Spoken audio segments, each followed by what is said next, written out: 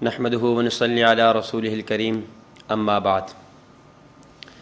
رمضان المبارک کے ان مقدس لمحات میں ہمارا حسب معمول روزانہ کی یہ سوال و جواب کی نشست، جس میں دنیا بھر سے مختلف حضرات اور خواتین کی طرف سے ہمیں جو سوالات موصول ہوتے ہیں ہم ان کے جوابات دیتے رہتے ہیں۔ تو آج کی یہ نشست بھی انہی نشستوں کا ایک تسلسل ہے۔ تو سب سے پہلا سوال ہے، انڈیا سے محمد اویس سوال کرتے ہیں کہ پارہ نمبر 14 میں یخافون ربہم من فوقہم ویفعلون ما یؤمرون پر سجدہ تلاوت کرنے کے بجائے اس سے پہلے والی آیت پر سجدہ تلاوت کر دینے سے سجدہ تلاوت ادا ہوگا یا نہیں، اس کی وضاحت فرمائیں۔ دیکھیں، اس صورت میں جب آپ نے آیت سجدہ تلاوت کرنے سے پہلے سجدہ کر دیا تو آپ کا سجدہ تلاوت ادا نہ ہوا۔ ادا تو ظاہر نہیں ہو سکتا، اس لیے کہ ابھی تو آپ پر سجدہ تلاوت واجب ہی نہیں ہوا تھا۔ سجدہ تلاوت کا وجوب تب ہوتا ہے جب سجدہ تلاوت کو تلاوت کیا جائے، وہ تو تلاوت ہوئی نہیں تھی۔ جب آیت سجدہ تلاوت کو آپ نے تلاوت ہی نہیں کیا تو سجدہ تلاوت واجب ہی نہیں ہے۔ جب واجب نہیں ہے تو اب آپ کو اگلی رکعت میں جب دوبارہ آپ آیت سجدہ تلاوت کریں گے اس وقت آپ کو سجدہ تلاوت کی ادائیگی کرنا یہ ضروری ہوگی۔ باقی رہا یہ سوال کہ آپ نے بغیر سجدہ تلاوت والی آیت پڑھے سجدہ تلاوت کر لیا، تو اس پر آپ کے ذمہ ضروری تھا کہ آپ سجدہ سہو کرتے، چونکہ آپ نے سجدہ سہو بھی نہیں کیا۔ جب سجدہ سہو بھی نہیں کیا تو اب آپ کی نماز فاسد ہو گئی۔ اب یہ جو تراویح کی یہ 2 رکعت ہیں یہ فاسد ہیں، لیکن چونکہ اب وہ وقت گزر چکا ہے اور یہ تراویح سنت ہے، فرض یا وتر کی طرح واجب تو ہے نہیں کہ اس کی قضا ہو سکے۔ اب ان 2 رکعتوں کی قضا بھی نہیں ہے، بس آپ پر اس کے ذمے ان 2 رکعتوں پہ آپ کے ذمے توبہ اور استغفار لازم ہے کہ آپ اس کا اہتمام کریں۔ عبدالرحیم سوال کرتے ہیں کہ ایک حافظ قرآن دن میں 2 مرتبہ تراویح پڑھا سکتا ہے؟ جی بالکل نہیں، تراویح دن میں 1 مرتبہ پڑھنی اور 1 دفعہ پڑھائی جا سکتی ہے، 2 دفعہ پڑھنا اور پڑھانا یہ صحیح نہیں ہے۔ یوسف شیخ سوال کرتے ہیں کہ نماز میں تسمیع کی جگہ تکبیر کہنے سے سجدہ سہو لازم ہوگا؟ جی نہیں، اس صورت میں سجدہ سہو لازم نہیں ہوگا، اس لیے کہ یہ جو تکبیرات ہیں تکبیرات انتقال یہ واجب نہیں ہے، یہ سنت ہیں۔ تو اگر سنت میں تقدیم تاخیر ہو گئی ہے تو اس پر سجدہ سہو لازم نہیں ہوگا۔ پشاور سے محمد اویس سوال کرتے ہیں کہ حضور صلی اللہ علیہ وسلم نے ہجرت کس ماہ میں کی ہے؟ نبی علیہ الصلوۃ والسلام نے ہجرت ربیع الاول کے مہینے میں کی ہے اور یہی صحیح قول ہے۔ محمد جان سوال کرتے ہیں کہ داڑھی چھوٹی کرنے والے کے پیچھے نماز ہو جاتی ہے؟ دیکھیں بھائی محمد جان، اگر آپ ایسی جگہ پہ ہیں جہاں پہ کوئی آدمی باشرہ نہیں ہے، ایسا آدمی نہیں ہے جس کی وضع قطع شریعت کے مطابق ہو، اور وہاں ایسی جگہ پہ اگر کوئی داڑھی ایسا آدمی جس کی داڑھی کٹی ہوئی ہے وہ امامت کرا لے تو اس کی اقتداء میں نماز ہو جائے گی۔ ہاں، اگر آپ ایسی جگہ پہ ہیں کہ جہاں اور آدمی موجود ہیں جو پوری داڑھی والے بھی ہیں، صاحب شرع بھی ہیں، اور جو مسنون قرات اس کو بھی جانتے ہیں اور امامت کے استحقاق کا درجہ رکھتے ہیں، تو ان لوگوں کی موجودگی میں اگر ایسا آدمی امامت کرائے گا جس کی داڑھی کٹی ہوئی ہو یا داڑھی منڈاتا ہو تو اس کے پیچھے یہ نماز مکروہ تحریمی ہے جو کہ واجب الاعادہ ہے۔ برما سے محمد اسماعیل بن محمد اقبال سوال کرتے ہیں کہ اگر خطیب کو اچانک خطبہ کے دوران وضو ٹوٹ جائے تو کیا کرے؟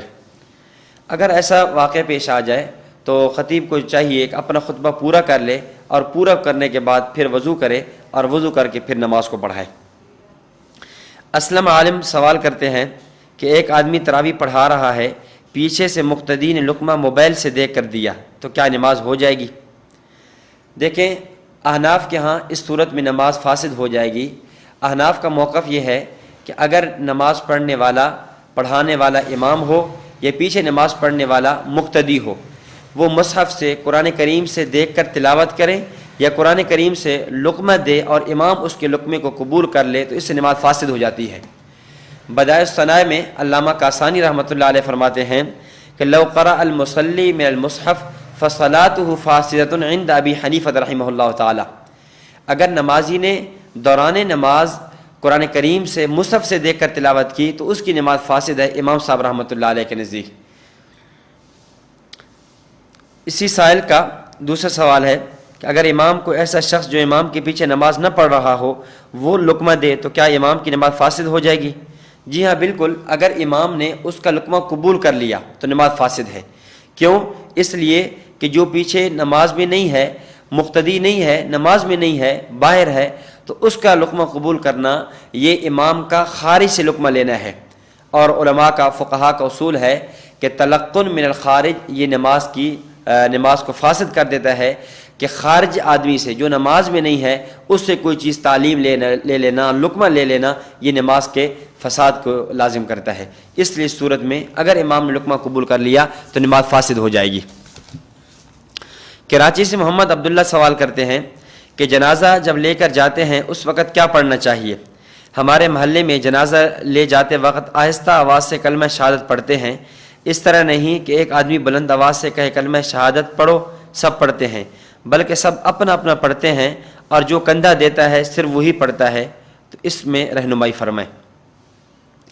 دیکھیں جو شریعت اسلامیہ کی پاکیزہ تعلیمات ہیں وہ تو یہ ہیں کہ جب جنازہ لے کر جا رہا لوگ جنازہ لے کر جا رہے ہوں تو ہر آدمی کو اپنی فکر کرنی چاہیے، ہر آدمی کے تصور میں، تخیل میں اپنے بارے میں ہو کہ آج اس کا جنازہ جا رہا ہے تو کل میرا جنازہ لے جایا جائے گا، آج ہم اس کو کندھا دے رہے ہیں تو کل لوگ مجھے کندھا دے رہے ہوں گے۔ اس تصور کے ساتھ بندہ جائے اور دل ہی دل میں استغفار ہے، درود شریف ہے اور ایصال ثواب کے کلمات ہیں وہ کہتا رہے، اور جب جنازہ جہاں پر جا کر رکھا جائے قبرستان میں اور ابھی جنازہ پڑھانے میں دیر ہو تو وہاں پر بھی نبی علیہ الصلوۃ والسلام کی تعلیمات یہی ہیں، جیسے حدیث شریف میں ہے کہ آپ علیہ الصلوۃ والسلام نے جنازہ رکھا، ابھی وقت باقی تھا، آپ ایک جگہ پہ سائڈ پہ جا کر تشریف فرما ہوئے اور آپ نے غور و فکر سوچنا شروع فرما دیا۔ اسی طرح یعنی اس موقع پہ اونچی آواز سے کلمہ پڑھنا، کلمہ شہادت پڑھنا، یہ چیزیں یہ شریعت سے ثابت نہیں ہیں۔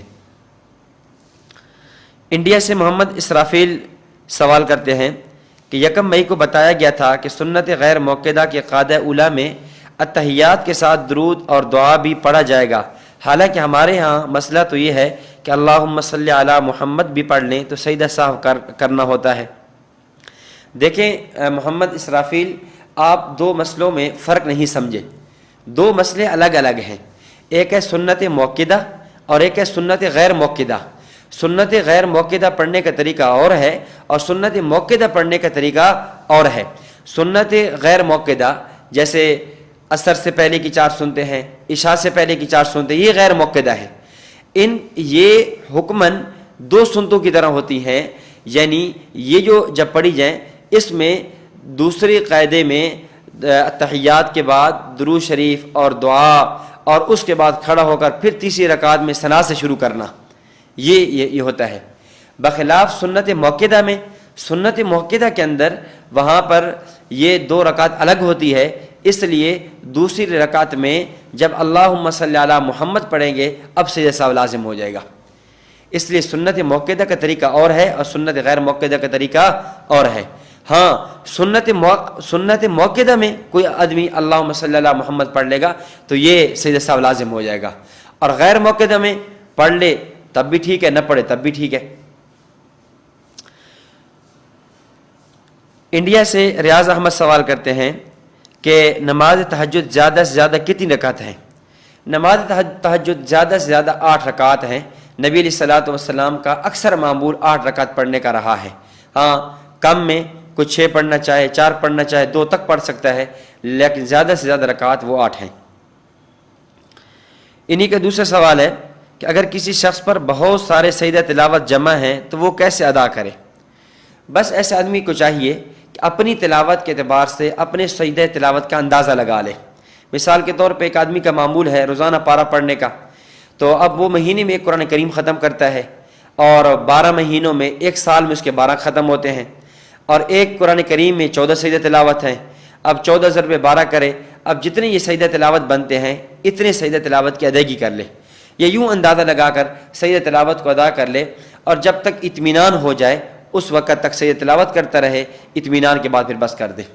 اطمینان کا یہ مطلب بھی نہیں ہے کہ 10 سجدہ تلاوت کی اور کہہ دیا کہ مجھے اطمینان ہو گیا ہے۔ اطمینان کا مطلب یہ ہے کہ واقعتاً دل مطمئن ہو جائے کہ ہاں میرے اتنے سجدہ تلاوت جو میرے ذمہ واجب الادا تھے اس کو میں پورا کر چکا ہوں۔ ہندوستان سے آفتاب عالم انصاری سوال کرتے ہیں کہ تراویح پڑھا رہے تھے کہ دوسری رکعت میں بھی ثنا غلطی سے پڑھ دیے تو کیا سجدہ سہو لازم ہوگا؟ اگر اس صورت میں سجدہ سہو نہ کیا تو نماز ہوئی یا نہیں؟ اگر دوسری رکعت میں ثنا شروع کر دی تو اب سجدہ سہو لازم ہے۔ کیوں؟ اس لیے کہ سورۃ فاتحہ پڑھنا واجب تھی، اب وہ واجب میں تاخیر ہو گئی ہے، اور تاخیر واجب ہو، تکرار واجب ہو، ترک واجب ہو، ان تمام سے سجدہ سہو لازم ہو جاتا ہے۔ لہذا اس صورت میں آپ پر سجدہ سہو لازم تھا، سجدہ سہو کر لیا تو نماز ہو گئی، نہیں کر لیا تو اب آپ کی نماز فاسد ہے۔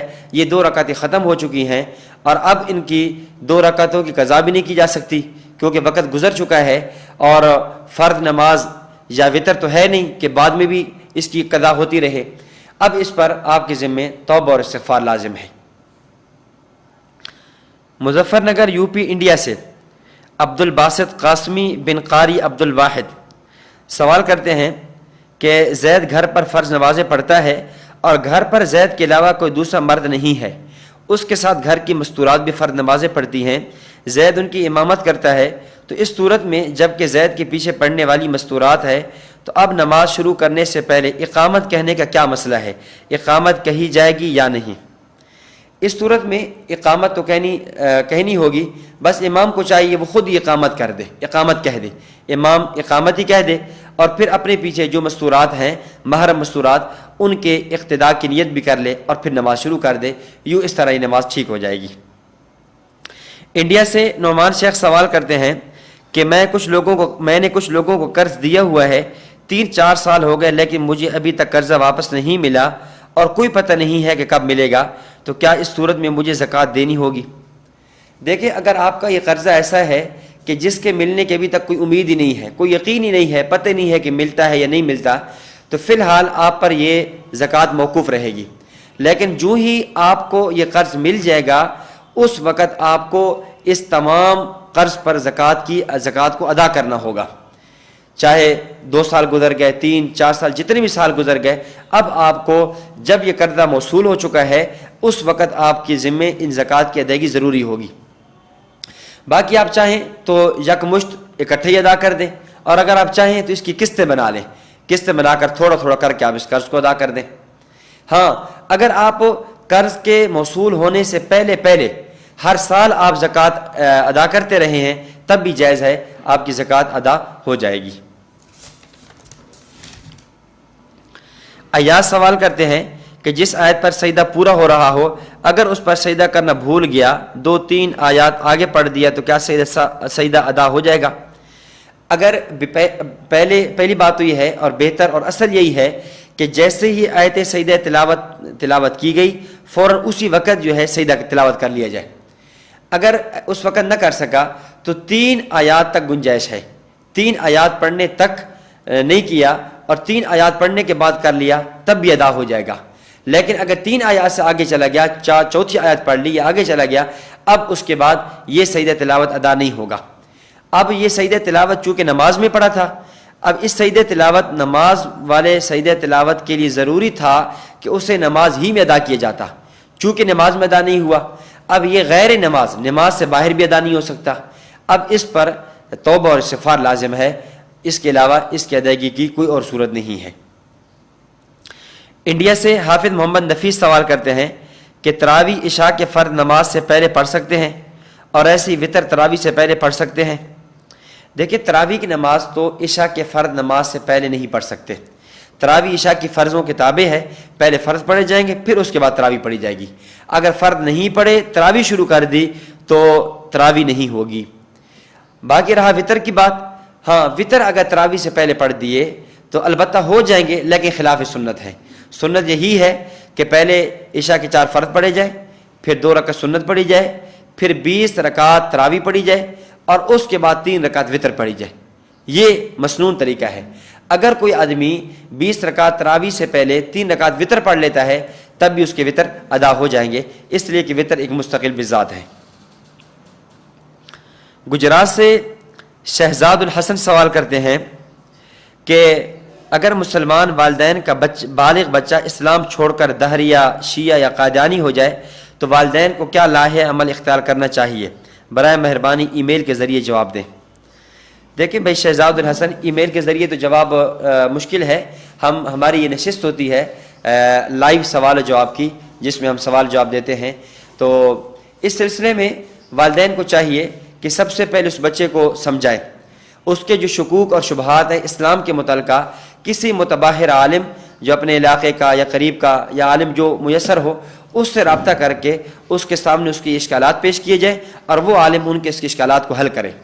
اگر پھر بھی نہیں مانتا تو علاقے کے جو بااثر رسوخ شخصیات ہیں وہ اس کو سمجھائیں، اس کو دھمکی دیں اور اس کو قطع تلقی کا کہیں اور یوں اس کو ڈرائیں اور اس کو ممکن ہے کہ اسلام قبول کر لے۔ اگر پھر بھی وہ اسلام قبول نہیں کر رہا تو اب آپ اس سے بری ہیں، اب آپ کو چاہیے کہ آپ اس بچے سے قطع تلقی کر دیں۔ پشین بلوچستان سے نصیر احمد سوال کرتے ہیں کہ اگر کوئی انسان دن میں روزے کی حالت میں سخت شدید بخار وغیرہ میں مبتلا ہو تو کیا اس حالت میں روزہ توڑنا جائز ہے؟ اور اگر 2 بجے یا شام 6 بجے کا وقت تھا کیا اس ٹائم روزہ توڑ سکتا ہے؟ دیکھیں یہ تو مریض کی اپنی حالت ہے، مریض یہ اگر یہ دیکھے حالت اس حد تک تشویشناک ہے کہ وہ یہ سمجھتا ہے کہ میں اس روزے کو پورا نہیں کر سکتا، ممکن ہے کہ میں اس میں دم توڑ جاؤں، بیماری بہت بگڑ جائے، اور بلکہ بہتر یہ ہے کہ اس وقت جو معالج، دیندار معالج ہے، طبیب حاذق ہے، وہ یہ بتا دے کہ اس کی طبیعت زیادہ تشویشناک ہے، اس کو آپ روزہ افطار کرا دیں، تو اس وقت وہ روزہ توڑ دے، اب روزہ ٹوٹ جائے گا اور بعد میں اس آدمی پر اس روزے کی قضا ہوگی، کفارہ نہیں ہوگا۔ انڈیا راجستھان سے محمد عارف سوال کرتے ہیں کہ حضرت میں امامت کرتا ہوں اور کچھ لوگ تنخواہ نہیں دیتے، شریعت ان لوگوں کے بارے میں کیا کہتی ہے؟ دیکھیں امام جو آپ کی 5 وقت کی نمازیں بھی پڑھاتا ہے، مسجد سنبھالتا ہے، اذان ہے، دیگر دین کے جو شعبے ہیں اس نے آپ کی مسجد میں زندہ کیے ہوئے ہیں، تو اہل محلہ کی ذمہ داری بنتی ہے کہ امام کو بر وقت تنخواہ دیں، یہ اس کی ضرورت ہے اور جس کے بغیر وہ چل نہیں سکتا۔ اب بتائیں ایک آدمی جس نے جو کبھی نماز سے لیٹ نہیں ہوتا، ایک ہی امامت یعنی ائمہ حضرات یا مؤذنین حضرات یہ وہ لوگ ہیں جو ماشاءاللہ اس اعتبار سے دین کا کام کر رہے ہیں کہ کبھی ان کی بارش ہو، سردی ہو، گرمی ہو، طوفان ہو، بیماری ہو، صحت ہو، جیسے کیسے بھی ہو، ہر حال میں کبھی نماز کو لیٹ نہیں کرتے، کبھی اذان لیٹ نہیں کرتے، کبھی نماز میں تاخیر نہیں ہوتی۔ تو اب ایسے لوگوں کی اہل محلہ کی ذمہ داری بنتی ہے کہ ایسے لوگوں کی یہ بر وقت تنخواہ دے۔ یہ بڑا ایک عجیب مسئلہ ہے کہ ایک امام جو اتنے فرائض کو پورا کرے اور پھر بھی لوگ اس کی تنخواہ نہ دیں۔ اللہ تعالیٰ قرآن کریم میں فرماتے ہیں ان اللہ یأمرکم ان تعدوا الامانات الی اہلہا، اللہ تعالیٰ تمہیں حکم فرماتے ہیں کہ جو امانات ہیں، جو چیز جس کی ذمہ داری ہے اس کو اس کے اہل کے سپرد کر دو۔ امام کی ذمہ داری، امام کی تنخواہ حق بنتا ہے، تو آپ کو چاہیے کہ آپ بر وقت ادا کریں تاکہ امام جو ہے اپنی نماز وغیرہ اور اذان اور مسجد کو سنبھالنا، مسجد کی آبادی میں وہ لگا رہے اور اس میں اس کو کسی قسم کا خلل لازم نہ آئے۔ باقی ہمارے شیخ استاد محترم متکلم اسلام مولانا محمد الیاس گھمن صاحب حافظہ اللہ کا اس پہ مستقل کلپ موجود ہے کہ امام کو تنخواہ دینا، امام کو ہدایہ دینا، امام کی ضروریات کا پورا کرنا، یہ اہل محلہ کے ان کی ذمہ داری بنتی ہے اور یہ کتنا اہم فریضہ ہے اور اس میں سستی کرنے کے کیا نقصانات ہیں، اس پہ آپ حضرت شیخ حافظہ اللہ کا کلپ سماعت فرما لیں تو آپ کو اس بات کی اہمیت کا اندازہ لگ جائے گا کہ امام و ائمہ کی تنخواہوں میں ٹال مٹول کرنا یہ کس حد تک ناانصافی اور ایک غلط قسم کی بات ہے۔ نفیس ملک سوال کرتی ہیں کہ مسنون اعتکاف شروع کر کے توڑنے پر اس کی کیا قضا ہے؟ اگر مسنون اعتکاف شروع کیا اور توڑ دیا تو اس پہ قضا 1 دن اور 1 رات کا اعتکاف کرنا ہوگا۔ حق نواز قاسمی سوال کرتے ہیں کہ اگر عشاء کی نماز جماعت سے رہ گئی اب وہ وطر کی نماز با جماعت پڑھ سکتا ہے؟ جی ہاں پڑھ سکتا ہے، اگر عشاء کی نماز رہ بھی گئی ہے اور اس کے بعد اگر وطر پڑھنا چاہے جماعت کے ساتھ تو با جماعت ادا کیے جا سکتے ہیں۔ ہندوستان سے محمد ابو ہریرہ سوال کرتے ہیں کہ کرونا وائرس کا مریض اگر ہسپتال میں مر جائے تو کیا ہمارے لیے اپنے وطن میں غائبانہ نماز جنازہ ادا کرنا جائز ہے؟ اگر ہے تو اس کی کیا صورت ہوگی؟ دیکھیں، اگر کوئی ایسا مسئلہ ہو جائے، کرونا وائرس کا مریض ہسپتال میں فوت ہو جاتا ہے اور ہسپتال کا عملہ، ڈاکٹر وغیرہ، یا جو ان کا ایک دستور ہے، کسی ملک کا جو بھی قانون ہے، اس قانون کے مطابق وہ ڈاکٹر اور دیگر عملہ اس کا نماز جنازہ ادا کر لیتے ہیں، تو یہ جنازہ ہو چکا ہے۔ اب پیچھے ورثاء کو اس کے لیے غائبانہ نماز جنازہ پڑھنا یہ جائز نہیں ہے۔ ہاں، البتہ یہ ہے کہ ورثاء کو چاہیے کہ اپنے اس میت کے لیے، مرحوم کے لیے استغفار ہے، ایصال ثواب ہے، اور یہ چیزیں کرتے رہیں۔ غائبانہ نماز جنازہ پڑھنے کی ضرورت نہیں ہے۔ ایک سوال یہ ہے کہ آج کل چاندی کے نصاب کے حساب سے کتنی رقم بنتی ہے؟ یہ تو ہر علاقے کا اپنا بھاؤ اور اپنا ریٹ ہوتا ہے۔ ویسے تقریباً موجودہ جو چاندی کا ریٹ ہے اس کے اعتبار سے 52.5 تولہ چاندی کی قیمت 50,000 یا 51,000 کے قریب بنتی ہے۔ باقی ہر آدمی اپنے علاقے کے اعتبار سے، اپنے ملک کے اعتبار سے اس کا حساب لگا سکتا ہے کہ وہ کتنی بنتی ہے۔ ابو خیر احمد سوال کرتے ہیں کہ تراویح کی کتنی رکعت ہیں؟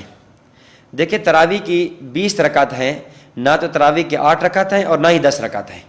تراویح کی جو مسنون رکعات ہیں، جو نبی علیہ الصلوۃ والسلام سے ثابت ہیں، حضرات خلفائے راشدین رضی اللہ تعالیٰ عنہم کے عمل سے ثابت ہیں، حضرات صحابہ کرام رضوان اللہ علیہم اجمعین کے عمل سے ثابت ہیں، اور امت اسلامیہ کے جو بڑے بڑے شہر، بڑے بڑے بلاد کا عمل رہا ہے، مکۃ المکرمہ، مدینہ المنورہ، عراق ہے، بغداد ہے، کوفہ ہے، بصرہ ہے، بڑے بڑے شہروں کا بھی عمل یہی رہا ہے 20 رکعت تراویح کا، اور 20 رکعت تراویح پڑھنا ہی مسنون ہے۔ اس کے علاوہ کوئی آدمی 8 پڑھے گا یا 10 پڑھے گا، اس کی یہ رکعت 20 رکعت تراویح مسنون، وہ سنت کی ادائیگی پوری نہیں ہوگی۔ فاطمہ سوال کرتی ہیں کہ عورت کا مانع حیض گولیاں کھا کر روزہ رکھنا کیسا ہے؟ دیکھیں، عورت کا حیض کا آنا یہ اللہ رب العزت کی طرف سے ایک فطرتی چیز ہے، اللہ کی طرف سے متعین کا مصرف کیا ہے؟ بس جو مصارف زکوٰۃ کے ہیں وہی مصارف صدقہ فطر کے ہیں۔ قرآن کریم میں ان مصارف کو بیان کیا گیا ہے، سورۃ التوبہ 10ویں پارے میں، انما الصدقات للفقراء والمساکین والعاملین علیہا والمؤلفۃ قلوبہم وفی الرقاب والغارمین وفی سبیل اللہ وابن السبیل۔ فقراء ہیں، مساکین ہیں، مسافر ہیں، مقروض ہیں، یہ ہے۔ اور اس میں مزید تفصیل آپ نے سننی ہو تو ہمارے فیس بک پہ اور یوٹیوب پہ حضرت شیخ متکلم اسلام مولانا محمد الیاس گھمن صاحب حافظہ اللہ کا تفصیلی کلپ موجود ہے کہ زکوٰۃ کے مصارف کون کون سے ہیں، آپ وہ سماعت فرما لیں۔ خالد زید سوال کرتے ہیں کہ تراویح میں نیت کیسی کرنی چاہیے، 2 رکعت کی یا 20 رکعت کی؟ اصل تو نیت نام ہے دل کے ارادے کا، دل کے ارادہ، یہ جو زبان پہ نیت ہے اور ایک بات لوگوں نے رٹی ہوئی ہوتی ہے، خاص الفاظ ہوتے ہیں، وہ کچھ ضروری نہیں ہے، بس دل میں ہے۔ ظاہر ہے جب آپ نے تراویح شروع کر دی ہے تو 2 رکعت آپ نے ہر 2 رکعت کے بعد سلام پھیر کر پھر نئی 2 رکعت پڑھنی ہے، تو ہر 2 رکعت میں الگ الگ نیت کرتے جائیں، یہ زیادہ مناسب ہے۔ محمد حسین سوال کرتے ہیں کہ افطاری کے وقت اجتماعی دعا کرنا کیسا ہے؟ افطاری کے وقت اجتماعی دعا کرنا ٹھیک ہے، بشرطے کہ اس کو لازم نہ سمجھا جائے، اس کو ضروری نہ سمجھا جائے، اور جو لوگ انفرادی دعا کر رہے ہوں ان پہ کسی قسم کی نکیر نہ کی جائے اور اس کے التزام بھی نہ کیے جائے، تو اس طرح یہ کرنا درست ہے۔ حافظ عبدالعظیم انڈیا سے سوال کرتے ہیں کہ وضو کے دوران اگر ریح خارج ہو جائے تو دوبارہ سے وضو کرنا ہوگا؟ جی ہاں بالکل، پھر اس صورت میں وضو دوبارہ سے شروع کرنا ہوگا۔ عبداللہ سوال کرتے ہیں کہ سجدہ تلاوت کیسے کرنا چاہیے؟ دیکھیں، سجدہ تلاوت کا طریقہ کار یہ ہے کہ جب آپ نے قرآن کریم کی سجدہ تلاوت والی آیت نماز میں تلاوت کی ہے تو اسی وقت نماز ہی میں سجدہ تلاوت ادا کر دیں۔ اگر آپ نے نماز میں نہیں، خارج نماز میں قرآن کریم کی سجدہ تلاوت والی آیت آپ نے تلاوت کی ہے تو اس صورت میں اگر ممکن ہو تو اسی وقت آپ سجدہ تلاوت کی نیت کریں اور اللہ اکبر کہہ کر سجدے میں چلے جائیں، اور سجدے میں جا کر 3 دفعہ یا 5 دفعہ یا 7 دفعہ سبحان ربی الاعلیٰ پڑھیں اور اس کے بعد اٹھ جائیں اللہ اکبر کہہ کر۔ باقی یہ جو بعض علاقوں میں مشہور ہوتا ہے کہ اللہ اکبر تکبیر تحریمہ کہنا ہے، پھر کھڑا ہونا ہے، پھر سجدے میں جانا ہے اور پھر اٹھ کر بیٹھ جانا ہے، اس کی کوئی اصل نہیں ہے۔ بس آپ جس حیت میں بھی ہیں، آپ کھڑے ہیں، کھڑے ہو کر اللہ اکبر کہہ کر سجدے میں چلے جائیں، آپ بیٹھے ہیں، اس بیٹھنے ہی کی حیت میں اللہ اکبر کہہ کر سجدے میں چلے جائیں، تو جس صورت میں بھی ہیں اللہ اکبر کہیں، سجدہ کریں، 3 دفعہ سبحان ربی الاعلیٰ پڑھیں، اللہ اکبر کہہ کر سجدے اٹھ جائیں، آپ کا سجدہ ادا ہو جائے گا۔ تو اس نشست کو ہم ختم کرتے ہیں۔ تو اللہ رب العزت سے دعا ہے کہ اللہ جل شانہ رمضان المبارک کے ان مقدس لمحات کی قدردانی کرنے کی توفیق عطا فرمائے، اور رمضان المبارک کی ان مقدس گھڑیوں کو صحیح معنوں میں استعمال کرنے کی اور ان سے خوب استفادہ کرنے کی توفیق عطا فرمائے۔ السلام علیکم ورحمۃ اللہ وبرکاتہ۔